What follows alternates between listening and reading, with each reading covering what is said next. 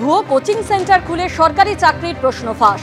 ব্যারাকপুরের মোহনপুরে কোচিং সেন্টারে দুজন গ্রেপ্তার।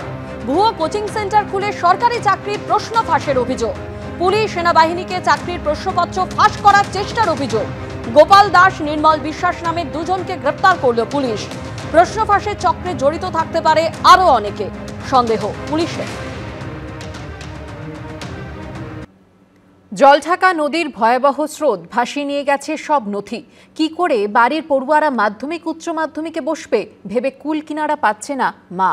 ছেলেকে ইঞ্জিনিয়ার করতে চেয়েছিলেন আরেক মা, মাঝপথে ভাঙতে বসেছে সেই স্বপ্ন। ধূপগুড়ির হোগলাপাতা গ্রামের নিদারুণ ছবি উঠে এসেছে এবিপি আনন্দর ক্যামেরায়। আমরা কি করবো, বাচ্চাদের নিয়ে কিভাবে বাঁচবো? আমরা দিশা পাই না এখন। আমরা কি করব এখন? কোথায় থাকবো? বাড়ি ঘর নেই, সব শেষ। জলঢাকা নদীর জল ভাসিয়ে নিয়ে গেছে সবকিছু। এখন সম্বল শুধুই চোখের জল। কাঁদতে কাঁদতে সেই জলও শুকিয়ে আসছে। জলপাইগুড়ির ধূপগুড়ির হোগলাপাতা গ্রাম। গ্রামের প্রায় ৩০০টি বাড়ির একটাও আর আস্ত নেই। যা পড়ে রয়েছে তা শুধুই ধ্বংসাবশেষ। ধূপগুড়ির হোগলাপাতা গ্রাম, একসময় এখানে কিন্তু মানুষ বসবাস করতেন। একসময় বলবো কেন, মাত্র 7 দিন আগেও এখানে একটা গ্রাম ছিল, এখানকার মানুষ এখানে বসবাস করতেন, আর এটা ছিল চাষের জায়গা। এই মুহূর্তে কিন্তু গোটা গ্রামটা তলিয়ে গেছে একেবারে জলের তলায়। যে কটা বাড়িঘর ছিল সেই বাড়িগুলোর আর কোনো অস্তিত্ব নেই। গ্রামে বাস করত প্রায় 400 পরিবার। এখন সবাই যেন ছিন্নমূল। আশ্রয় নিয়েছেন কোনো না কোনো ত্রাণ শিবিরে। এই হচ্ছে সেই বাড়ি, যে বাড়িটা কোনো রকমে বেঁচে রয়েছে, কিন্তু একদম অর্ধমৃত অবস্থায়। কিচ্ছু নেই বাড়ির ভেতরে। খাট যা যা ছিল সব জলের তোরে ভেসে রয়েছে। এমনকি স্কুল ছাত্রদের যে সাইকেল দেওয়া হয় সরকারের থেকে, সাইকেলটা নেই, শুধু খাপটা পড়ে রয়েছে। একটা বাড়ি কিভাবে লণ্ডভণ্ড হয়ে যেতে পারে, এটা হচ্ছে বোধহয় তার একটা উদাহরণ। শুধু বাড়িঘর নয়, সেই সঙ্গে বিপর্যয় ভাসিয়ে নিয়ে গেছে জরুরি নথি। ভেসে গেছে পরীক্ষার্থীর বই, অ্যাডমিট কার্ড। কতগুলো বই! এই বাচ্চাটা এই বইগুলোকে কোনো রকমে ব্যাগে ভরে নিয়ে যাওয়ার চেষ্টা করছিল। বইগুলো হয়তো বাঁচানোর চেষ্টা করছিল, কিন্তু কোনো তো উপায় নেই। একটা ছেঁড়া খাতা, কোনো একটা অঙ্কের খাতা। মানুষের সব কিভাবে নষ্ট হয়ে যায়। বইপত্র কিচ্ছু নেই। মাধ্যমিক দিবে, উচ্চ মাধ্যমিক দিবে, কোনো ডকুমেন্টস নেই। বাচ্চাদের কিভাবে পড়াশোনা করবে? কোনো জামা কাপড় কিচ্ছু নেই, জিনিসপত্র কিচ্ছু পায়নি। সব কিছু নিয়ে গেছে, পাট ধান সব কিছু শেষ। আমরা কি করবো, বাচ্চাদের নিয়ে কিভাবে বাঁচবো? আমরা দিশা পাই না এখন। আমরা কি করব এখন? কোথায় থাকবো? বাড়ি ঘর নেই, সব শেষ। আমরা কি করবো এখন? কোথায় থাকবো তা জানি না। বাড়িঘর সব শেষ, এখন কি করে খাবো?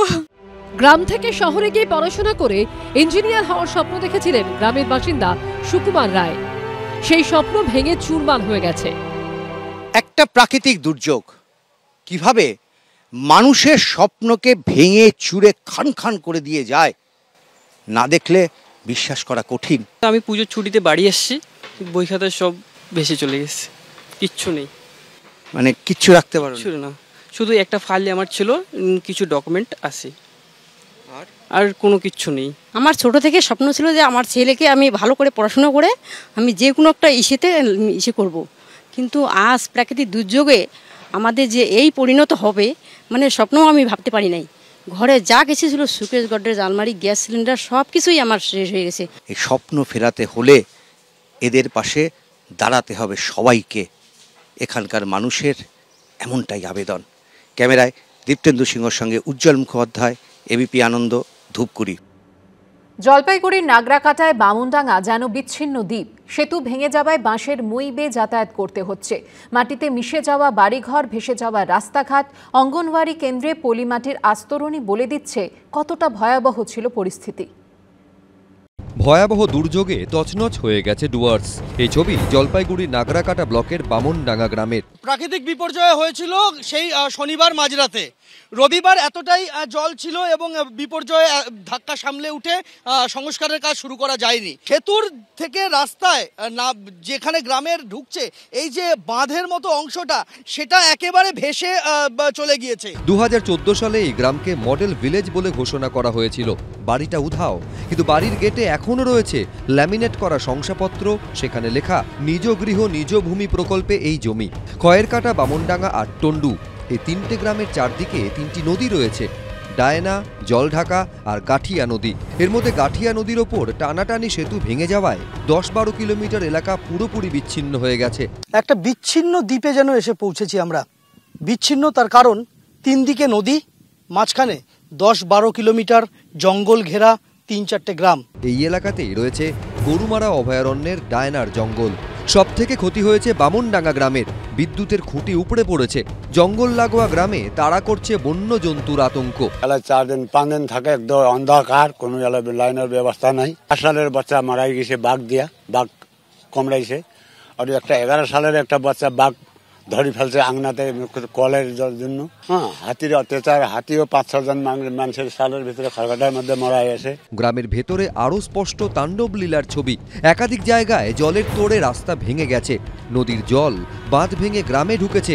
বাড়ির মধ্যে এখনো 1 হাঁটু কাদা। গ্রামেরই একটি ICDS স্কুল আমরা দেখতে পাচ্ছি যে স্কুলের ভেতরে জলের তোড়ে দরজা ভেঙে গিয়েছে। স্কুলের ভেতরে পলি, কাদা, মাটির একেবারে পুরো আস্তরণ পড়ে রয়েছে এখনো পর্যন্ত।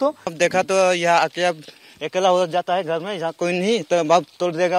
सामान वाला है, सामान है, उसी को ले जाए कोई, इसलिए हम लोग ICDS के स्कूल में सोने के लिए रखा है। দুর্যোগ কেটেছে, ঝলমলে রোদ উঠেছে। সেই রোদে বই খাতার পাশাপাশি শুকনো হচ্ছে আধার কার্ড, প্যানের মতো গুরুত্বপূর্ণ নথি। গ্রামের ভেতরে রাস্তা লোপাট হয়ে গেছে, গোটাটাই যেন নদী। গাছের তলায় এখনো চাপা পড়ে আছে গরু।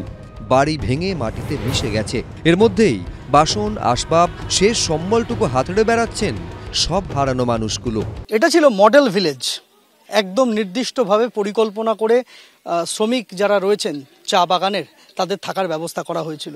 ডান দিক বাঁ দিক সমস্ত ঘর, এবং সেই ঘরগুলো অদ্ভুতভাবে প্রত্যেকটা বাড়ি একেবারে ভেঙে চুরে চুরমার হয়ে গিয়েছে। এত বড় বিপর্যয়, এখনো কোনো সরকারি সাহায্য আসেনি বলে অভিযোগ করেছেন গ্রামবাসীরা। এমনকি খাবার খাদ্য বলতে গেলে কিছুই নেই আমাদের, মানে সুগার বসার থেকে সব কিছু শেষ। এখন থাকবো কি করে? ওই যে ভাইয়ের বাড়িতে আমরা কোন রকম করে আসি আশ্রয় নিয়ে। সরকার থেকে তো এখন অবধি কেউ আসেনি। দুর্যোগ কেটেছে, কিন্তু প্রকৃতির রোষে যারা মাথার ছাদ, শেষ সম্বলটুকু হারালেন, তাদের কি হবে? কিভাবে চলবে সংসার? সন্দীপ সরকার, ABP আনন্দ, জলপাইগুড়ি।